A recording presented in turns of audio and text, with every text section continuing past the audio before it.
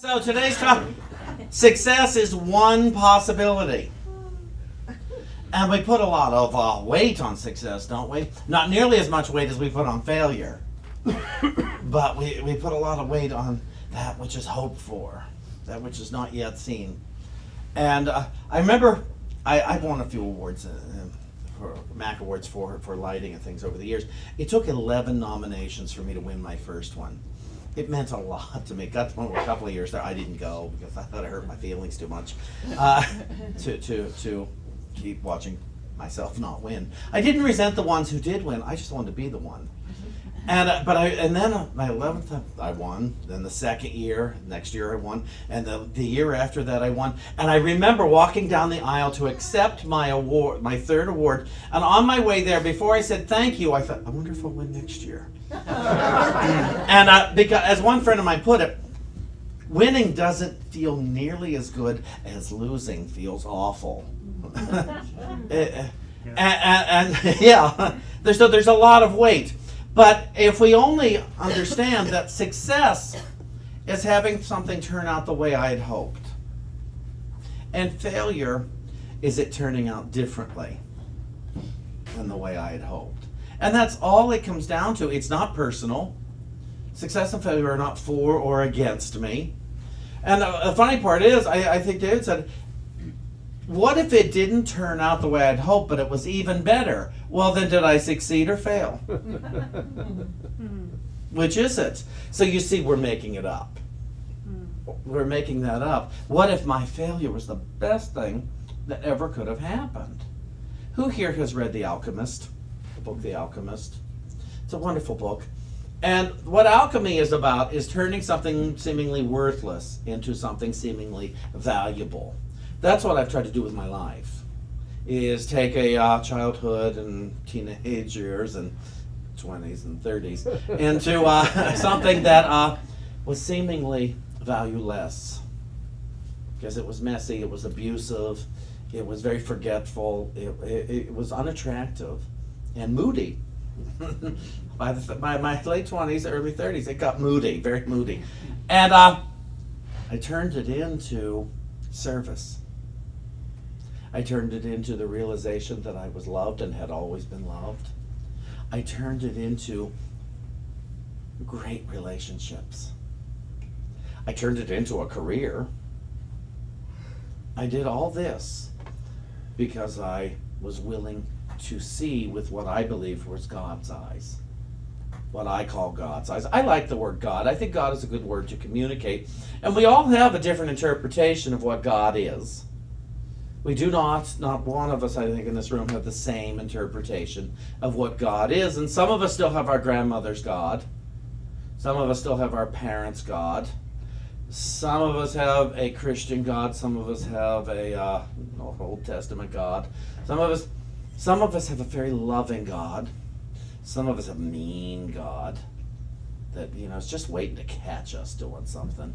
Even with all that we talk about here, with all the love and all the possibility and all the divine truth, there's still a thought in there. God's going to be mad at me.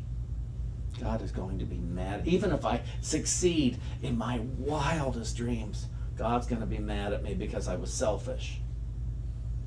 How dare I want something good? How dare I want something lovely? How dare you not want something good? How dare you not want something lovely? Who do you think you are that you should have a miserable life and a miserable existence so that you can get into heaven? I got news for you. Hell is here and now, and so is heaven. And it's a state of thinking. It's not a location. I'm writing a letter for the newsletter I think it's for this week, that happiness is not a destination. It is not a goal. It's right here and it's right now. And it's a choice. It's a choice to understand no matter where I am and no matter where I'm going. And my main teacher, Edwin Gaines, taught me, she said, happiness, don't put that on your goal list. Don't plan to be happy in the future as if you can't be happy now. If you have a realization, even in mustard seed size, of a revelation of your divinity, joy starts bursting forth in waves.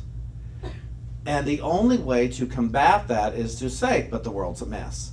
But my friend is unhappy. But my partner's unhappy. My mother's unhappy. My father's unhappy. But somebody I love made their transition. I can't be happy as long as these things happened. Okay, that's a choice. Do you like it? Does it feel good? Does it feel rewarding? But to go within and say, oh, maybe there's something different about this life than what I thought it was. Maybe there's something different about being me in this body at this time than what I had imagined, because what I had imagined was limited. The picture I had of myself and my life and those I loved life is limited. And I am willing to release that limitation. I am willing to see what is, even if I can't word what is, even if there are no words for what is. And it's like, oh, what do we want? Don't you want the words? Oh, wouldn't it be really great if you could truly define God, if you could truly define love, and you could, but then if you could, you'd limit it. You'd limit the unlimited. You'd limit the infinite. And so life experience doesn't mean much, really. Are you willing to know that? Are you willing to know that what you see and experience every day has virtually no meaning except the meaning you're offering it right now? And you're not a fool for giving it that. I'm not a fool for the meaning I give for things. I'm just thinking in limited terms.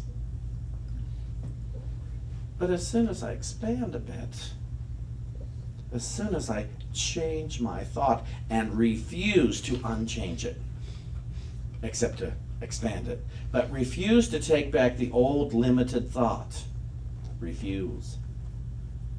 How many of us would refuse to go back to the old way? It's habitual.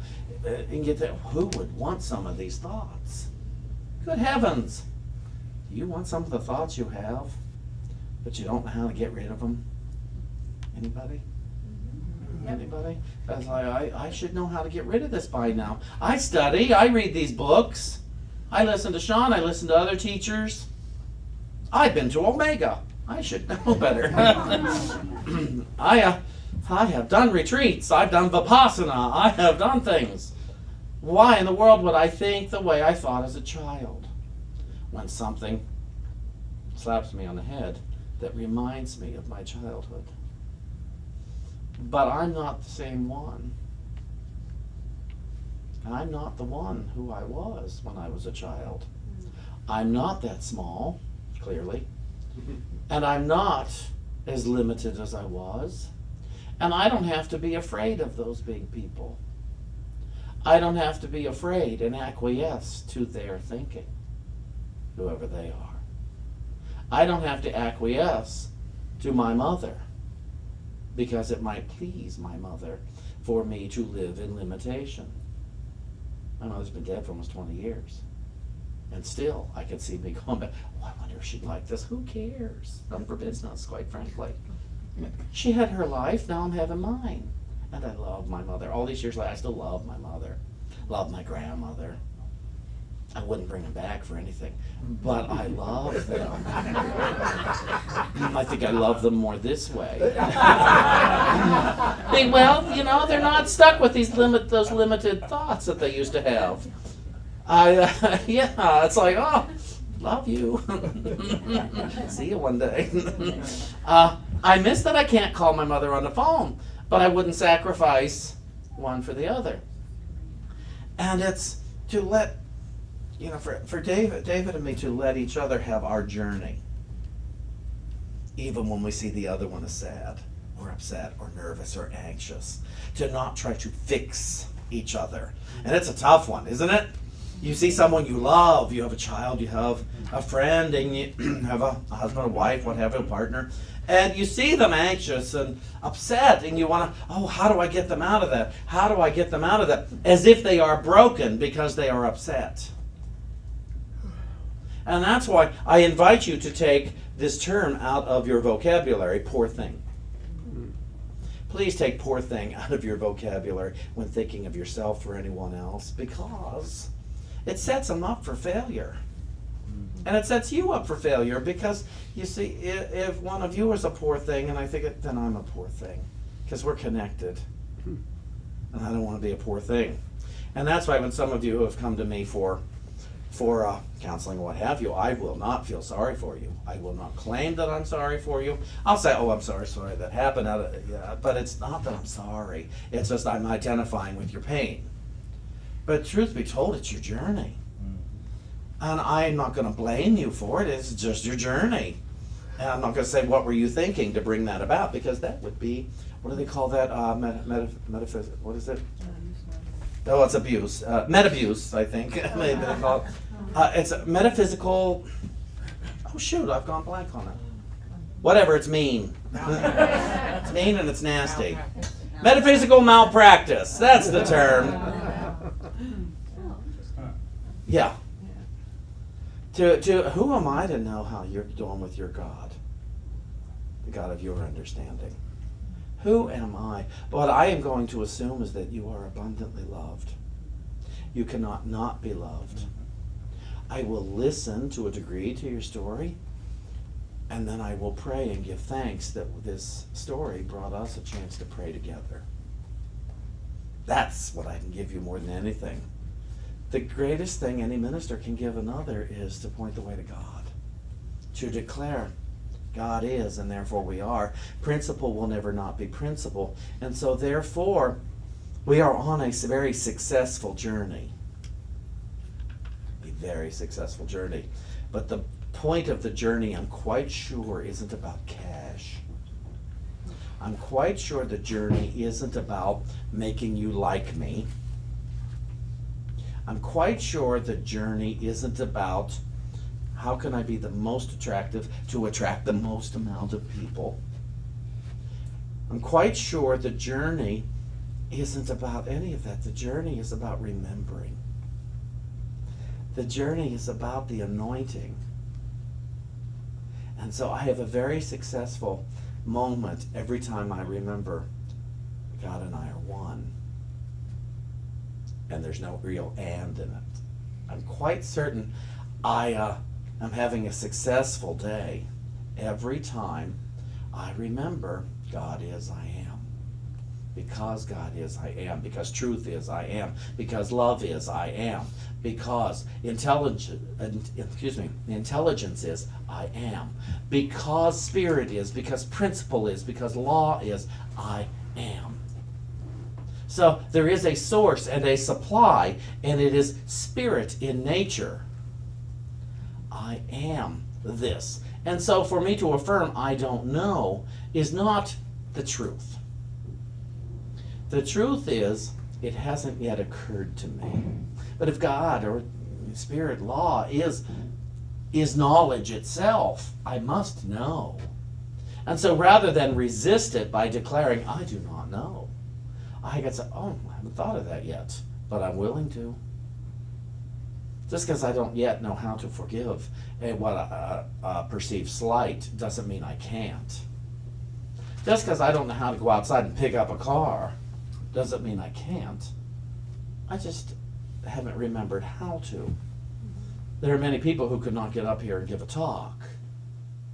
There are many people who, what did they say? There are many people who'd rather be in the casket than giving the eulogy at a funeral because they're so nervous about speaking in public.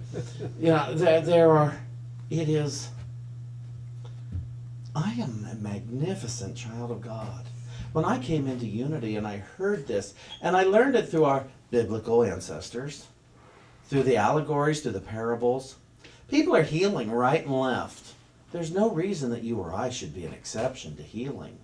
People are getting wealthy right and left. There's no reason that you and I should be an exception to that. If people are getting into relationships right and left, some multiple, and there's no reason you and I can't have that if that's what we want. There are people having easy days all over the place. There's no reason I should be the exception to that. I don't have to have a hard day. but I seem to create hard thoughts. I'm going to read something here from my favorite book.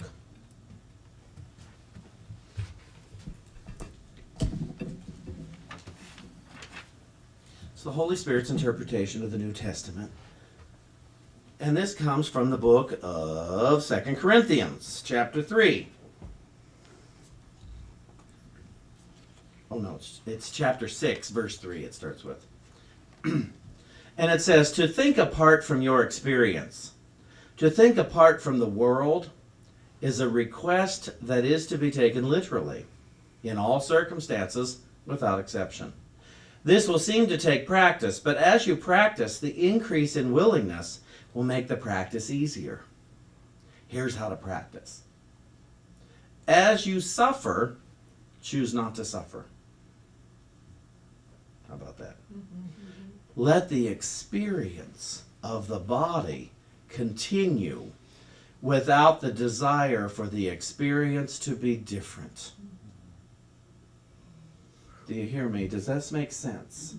Let the experience going on in your body happen. Let it happen without trying to get rid of it. Without declaring, this is bad, I shouldn't be doing this, I'm not spiritual enough if I hurt this way. No, we're going to hurt. The suffering is in the resistance. And so, ow, ow, ow. Okay, now let's go on with our business. When you are afraid, choose not to be afraid by remembering that what you fear is not real. It is of the world, or it is born of thoughts of the world. It is an experience, but it is not real. It is not real, and so it is not your truth. When you are joyous because the world seems to be going your way, and today seems to be your day, remember that is not your joy. Your joy is your truth, which is beyond the world. What we're saying here is the things that are happening today that you feel joyful about are not the cause of your joy. Do not limit the world to your joy. Be happy and joyous, but let your joy come to you apart from your experience. Let your joy come to you from the truth in your heart.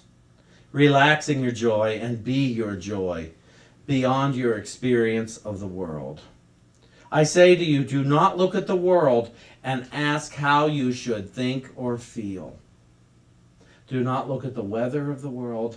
Do not look at the relationships of the world. Do not look at the money of the world. Do not look at the sidewalk of the world or the sky of the world and say, what should I think? What should I feel? Do not look at the being looking back at you and say, what should I feel? Observe what you do feel. Observe what you do think. Do not resist, but know the truth. That's what we're saying here. It is in knowing the truth that you will be set free. I believed that teaching. It's a promise. It is in the knowing of the truth, and the truth is that which will never change. See, I don't have to like the truth for it to be the truth. But my day will be easier if I accept it. You see, I'm not going to live a life of wealth and well-being without the consciousness to live it. And so therefore the law is, if I want a life of wealth and well-being and health and wholeness and everything, I've got to live according to the spiritual laws in order to have that experience. Many people do it without even knowing about the laws. They're just living in it. And so therefore, I have to get understanding of the law.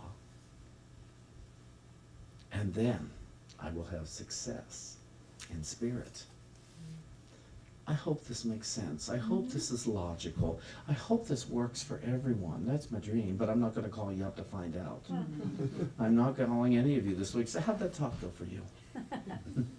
None of my business. But I'll point the way. The way is change your thought and refuse to unchange it. There is no reason that each and every one of us here today can't live a great life in experience. Even when yesterday I would have called this experience bad, today I will call it experience. Yesterday I would have called this experience good. Today I will call it experience. David has an opening night tonight. It's a big deal for him, but it's still experience. And there's so many experiences. We will have a drive into the city. We will find our right and perfect parking place. We will, and then the show will happen. People will react, and that will all be experience, not to be resisted, but to be experienced. There are 40-some different experiences happening this morning. No two are alike. Even if you came as a pair, you're both having a very different experience of this celebration service.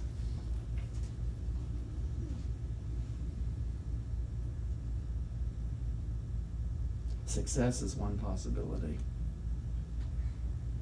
but it's still to be experienced. Take a breath. Let's give thanks now. We found each other today to pray, to remember the truth, to remember the light of our being, and to be re-informed.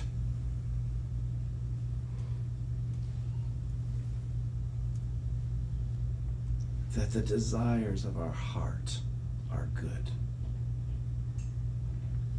The desire to have the greatest experience is good. The willingness to see is good.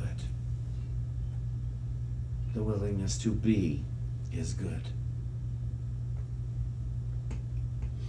As we are here in this experience, we call it good, and we expand our mind and our thoughts to remember everything I desire is so that I may know the experience of it. Everything I desire is so that I may know the experience of it. And so I am free at last. There is no success. There is no failure. There is the love of experience. So it is. Amen. Amen.